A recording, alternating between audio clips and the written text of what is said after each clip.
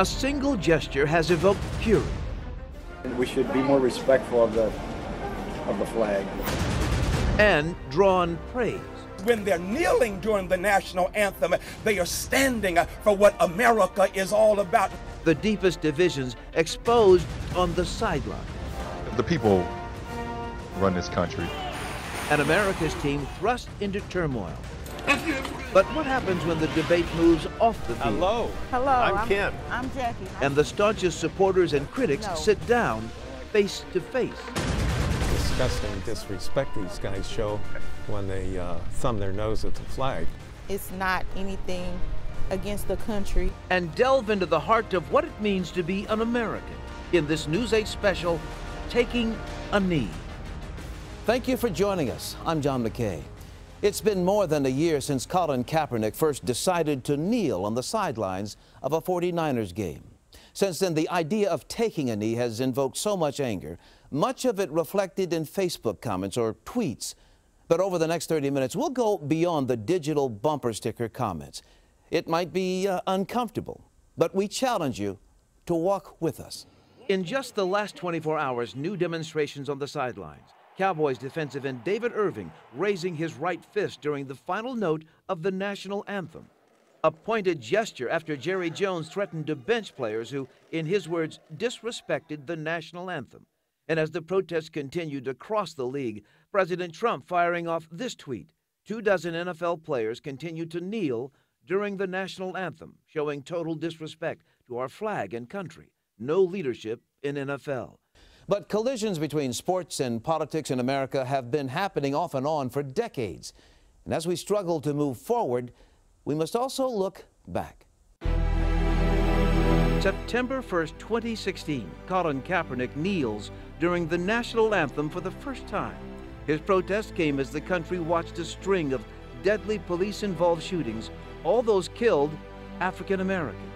November 2013, 12-year-old Tamir Rice. July of 2014, Eric Gardner. August of 2014, Michael Brown. April of 2015, Walter Scott. And in the months before Colin Kaepernick first kneeled, new shootings that stoked new racial tensions. On July 5th, Alton Sterling killed by police in Baton Rouge. A day later, Philando Castile shot and killed in Minnesota as his girlfriend recorded it all on Facebook Live. And then a gash in the country's already open racial wound. The ambush that put the focus of the country on North Texas. On July 7th, 2016, 5 police officers gunned down in Dallas, 9 others injured. The deadliest attack on law enforcement since 9/11. 10 days later, 3 Baton Rouge police officers shot and killed in yet another attack on police. The shootings, some of the worst moments in a deeply divided country. It was in that climate Colin Kaepernick began his protests in August of last year, focusing on the black men killed by police and what he called a lack of punishment for officers accused of wrongdoing. There's people being murdered unjustly and not being held accountable. Cops are getting paid leave for killing people. So he sat during the national anthem. You know, this country stands for freedom, liberty, justice for all. And it's not happening for all right now. Kaepernick's protests continued during the 49ers preseason. I'm going to continue to stand with the people that are being oppressed. When there's significant change and I feel like that flag represents what it's supposed to represent, I'll stand. But then Colin Kaepernick had an encounter with a veteran. My feeling towards the anthem and the flag are very different from his, just because of our experiences and our backgrounds. Green Beret Nate Boyer felt Colin Kaepernick should stand. We were trying to be sensitive to each other and listen first, you know, and just sort of understand where the other person's coming from. And we kind of came to a middle ground through those discussions. So Kaepernick kneeled, game after game.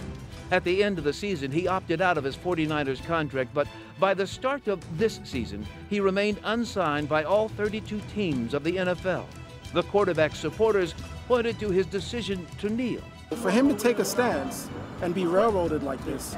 A handful of players kneeled in his place, and then the fuel that reignited it all. Wouldn't you love to see one of these NFL owners, when somebody disrespects our flag, to say, get that son of a off the field right now, out, he's fired. Those comments by the president last month sparked demonstrations by teams across the league.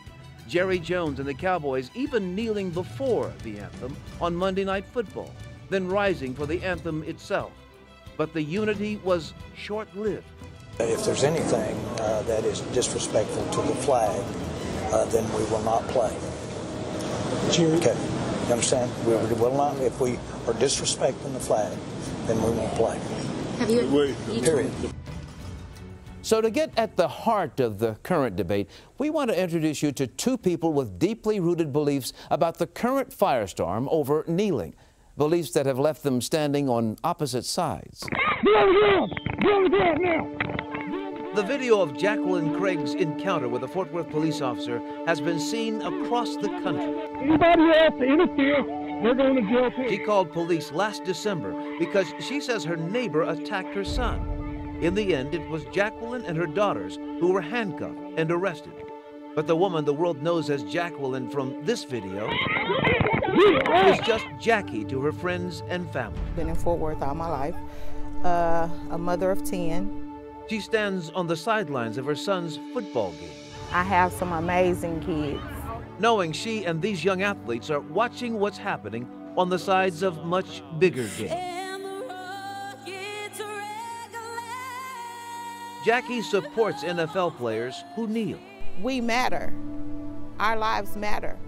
She believes her arrest shines a spotlight on the exact issues professional athletes are speaking out against, and she plans to use her voice to continue their fight. For my children, for my grandchildren, for their children, just to know that they had a mother, a grandmother, a great-grandmother that fought for what she believed in. 40 miles away, retired Colonel Ken Cordier lives in the home he bought with his wife in Dallas. He served in the Air Force for 25 years. I was commissioned in July of 1960. He flew more than 100 combat missions, remembers the exact moment his plane was hit over Vietnam. Felt this thump and the fire lights started flashing and all the warning lights came on and the airplane went out of control. But the hand of God was around me and I went right through the fireball. And I know I wasn't hallucinating because my eyebrows and eyelashes were burned off. He and his co-pilot parachuted, were spotted by Vietnamese farmers who turned them over to the Army. And that is when the torture began. They put your hands in manacles, clamps, screw them down tight behind your back, and then put a rope around your upper arms and pulled up on that until the elbows touch. Very painful. Ken spent 6 years and 3 months as a prisoner of war. After years of mistreatment, he describes what he felt the moment he learned he was coming home. Thrilling after all these years. You know, once we took off and the gear came up, everybody started cheering. That years-long nightmare cemented Ken's beliefs and shaped his future. Well, people say, what got you through? And I say faith. Faith in God, faith in my fellow prisoners, and faith in our country. And as he watches players kneel on the sidelines during the anthem, Ken is clear about how it makes him feel. It's our freedoms that allow them to enjoy the wonderful life that they have. Ken Cordier is unwavering in his convictions. So is Jacqueline Craig. Despite their differences, they agreed to spend one Saturday afternoon in a park and hear the other side. Hello. Hello. I'm Ken. I'm Jackie. Nice to meet you. You're Jackie. Yes, Pleasure. Sir. What's this?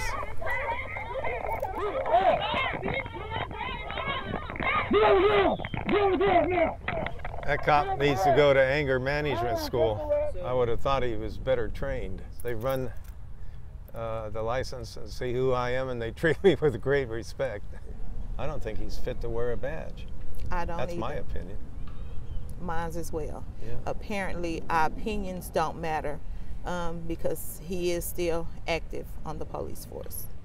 And that's where we're trying to get attention to where they know black people does exist, that we do matter. We have voices. Well, in my mind, there's two issues. One issue is a citizen's right to protest. And then the other issue is this thumbing, those guys thumbing their nose at our flag, at our anthem. They've shown total disrespect for the country that made them extremely wealthy. My opinion is I don't think it was to the flag, the disrespect. I believe his gesture as far as kneeling is police brutality, this disrespect that African Americans receive. I can understand that. People that has fought for the country, this country, is respected by all. Like you said earlier, when they see your credentials, you're highly respected.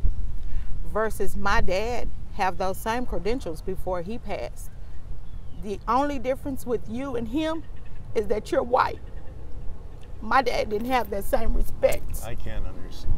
I can't. My dad fought just like you did. God bless you.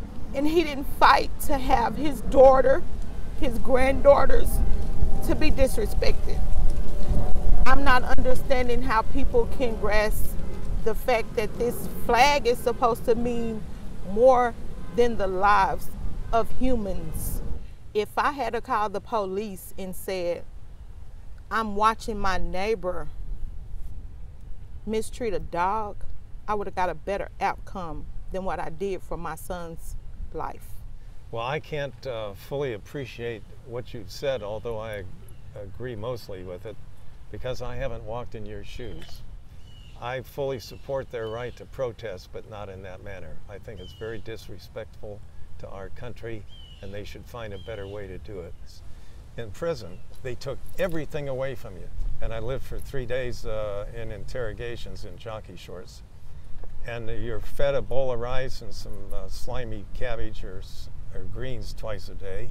I never saw a Bible when I was in prison, much like Les had my own copy of the Koran, like these guys at Guantanamo. It gives you a lot of time to think about your life. I've clung to my core beliefs. I can't make you change your views on the flag or him kneeling. It's the support that we need as black people to get to where we need to be to get the respect that we deserve. So how do you think we can make that happen? Part of the answer is him kneeling, because it has gotten a lot of attention. I understand that that's your position. I just don't agree with it. I mean, that's fine. That's fine. Well, I think, you know, as a nation, if we'd have more open conversation, look people in the eye and say, how do you really feel about this? I can tell you have a good heart and you mean well. And you were subjected to really bad policing. It just shows we don't have a perfect society. Correct. It doesn't mean we shouldn't work towards it. No, it doesn't. Yeah. And well, that's I what we're admire doing. you and respect you for what you've done. I as well. You know, in the end, neither Jackie nor Ken changed their own opinion or convinced the other to change, but they did something that we hardly ever see in those verbal flame-throwing sessions that seem to dominate social media. They listened. No yelling, no name-calling, and they both agreed maybe that's a start. Someday, history may look back on this issue as one of the defining moments of our time. Much of that depends on what happens after the game and after the anthem. When we come back, the stakeholders working now to chart the course ahead. Welcome back to this special coverage of the NFL protests, Taking a Knee. A group of players' wives are going across the country to meet with law enforcement officials on a mission to move the conversation forward. They sat down with our Rebecca Lopez.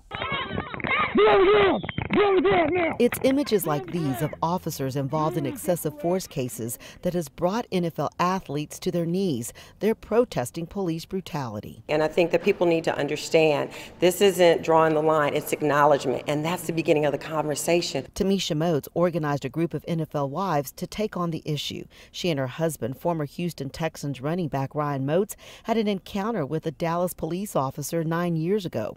They were pulled over by the officer, held at gunpoint, and detained for running a red light as they were trying to get to Tamisha's mother's bedside, who was dying.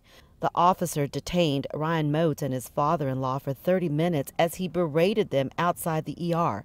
Moats begged the officer to let them go so he could get to his mother-in-law's bedside. Shut your mouth.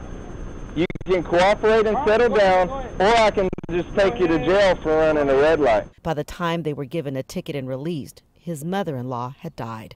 Tamisha Moats says she's not bitter, but does want change. We back the blue, definitely. However, you know, when we have bad apples, we're going to get those bad apples out. Sharice Brown, who's married to Hall of Famer Tim Brown, says she wants to raise her children in a world where they do not fear law enforcement. You want them to feel safe, and I want them to know that the police and our law enforcement are here to protect them and not to hurt them, and they shouldn't be afraid of them. The wives talked to law enforcement officials recently to discuss their concerns. And we're all looking for an answer. We all want the unity with the country. Dallas Police and the District Attorney's Office has said they hear the concerns of both police and the community.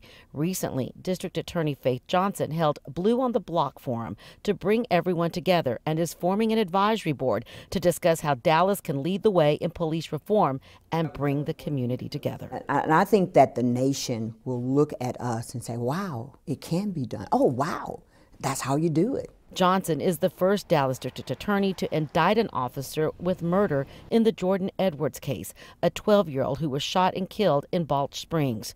Johnson has been pro-law enforcement her entire career, but says she will prosecute officers who cross the line. The NFL wives say they hope that these types of discussions will lead to healing in the community and bring real change. I'm with Rebecca Lopez now. Rebecca's been covering police and police issues in the North Texas area now for 17 years. Also with Joe Trayon from our sports department. Joe has been watching the Cowboys extensively for the last 15 years.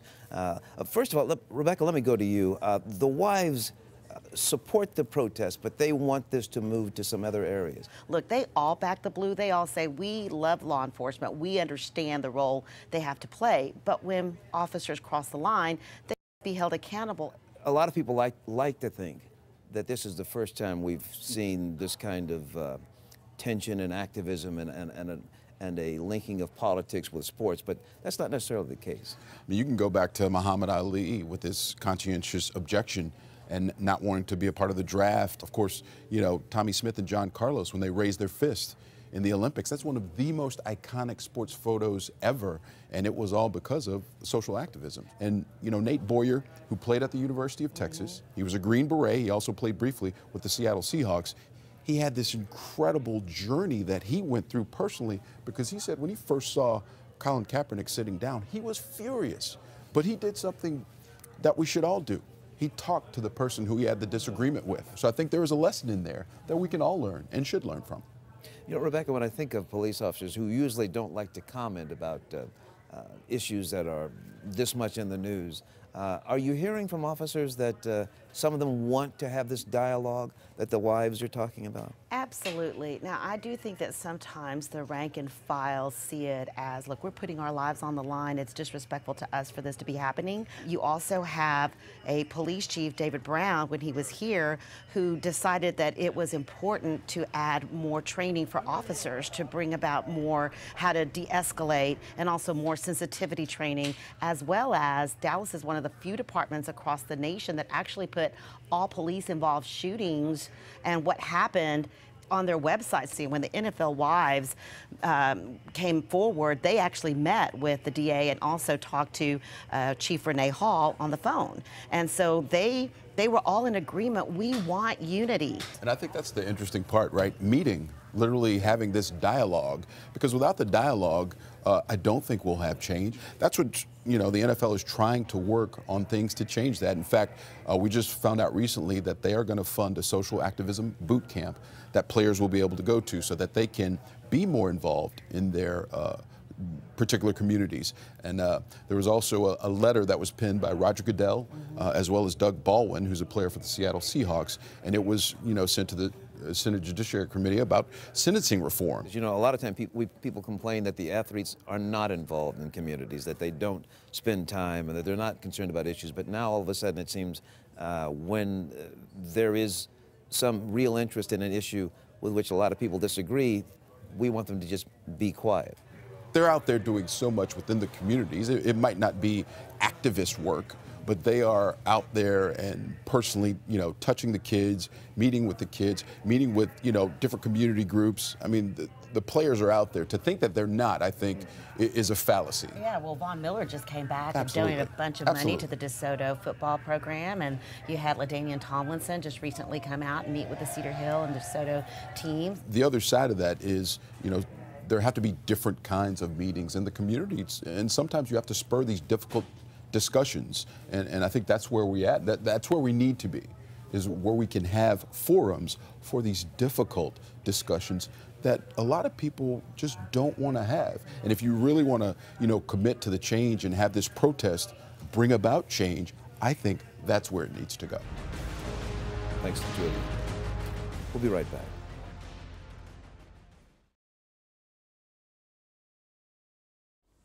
Kneeling, the anthem, police, protest, we can't even agree on what the real issue is. Colin Kaepernick wanted to draw all of our attention to how police treat minorities. The fact that kneeling dominates conversation means, to a degree, he has succeeded. But we're not talking, just trashing people with whom we disagree. And that's why the last place this will ever be resolved is on social media. You pick a day, you can still find people online debating whether Hitler died or we landed on the moon. I've been stopped by police for no reason, but I also associate the anthem with people I've known who have died in combat. So that means, for me, kneeling is out of the question. We will never all agree. All people should be required to stand during the anthem. Those who demand it want not unity, but uniformity. Not a heartfelt action, but a forced public response. The NFL wives ask, what's next? Well, whatever next is, it has to start with the kind of real face-to-face dialogue you saw between Jackie and Ken, between neighbors, friends, between officers who put their lives on the line and those who fear them. Now, we want you to do what seems so challenging these days, have a meaningful discussion with us online. Ask your questions and share your thoughts during our live roundtable tonight at 7 on WFAA.com and on Facebook Live. Thank you for watching.